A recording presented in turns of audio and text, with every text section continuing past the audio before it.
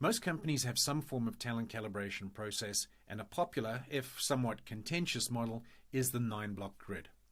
There's been a trend to simplify this model with 4 blocks or 2 blocks, but that's mostly because performance and potential have been difficult to calibrate accurately, for all the reasons that I've just mentioned previously. But the 9-block, if completed accurately, can provide really valuable insight into an organization's ability to meet its current and its future talent requirements. Let me explain how. If you're expecting relatively stable, predictable growth, then having 15% of people in these green blocks would make sense. That's more than enough to meet your talent needs. But if you're planning to grow this particular business unit or that particular function very quickly, then you're probably going to need more like 25% of people in these green blocks.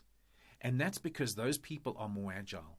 So they have the potential to take on new challenges and adapt faster to the requirements of a particular context. And if a particular function is downsizing, for example, a finance function might be automating a lot of its processes, then essentially you really don't want more than about 5% of your people in these green blocks here.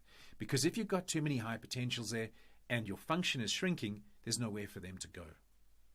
So this really helps to understand, if this grid is populated correctly, how the 9-block can align with the rate at which you plan to either grow or shrink a particular function or business unit.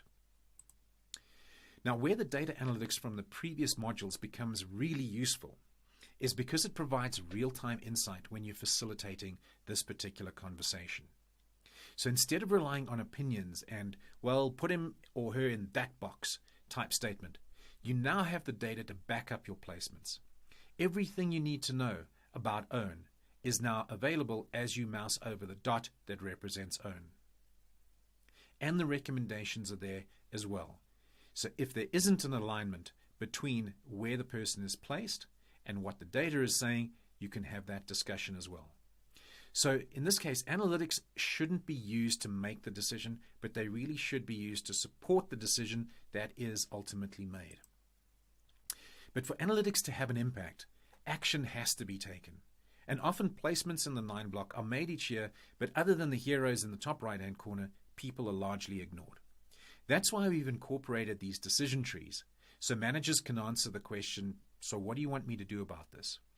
And this is how we embed prescriptive analytics into Datawiz to share some of the best practices across the company. So if someone is accurately placed in that top left-hand block as a high performer, but they're outside of that accelerated high potential zone rather than a low potential person, then these questions should be talked through to make the best possible decision about how to manage the value of this particular person's talent. So here's some questions that are useful to think through around talent calibration. How effective are your talent calibration conversations? Are people accurately placed? Because it all starts, if you put the person in the wrong zone, then you're going to make the wrong decisions. The next question, is data integrated into your talent calibration process and balanced with the opinions of the managers?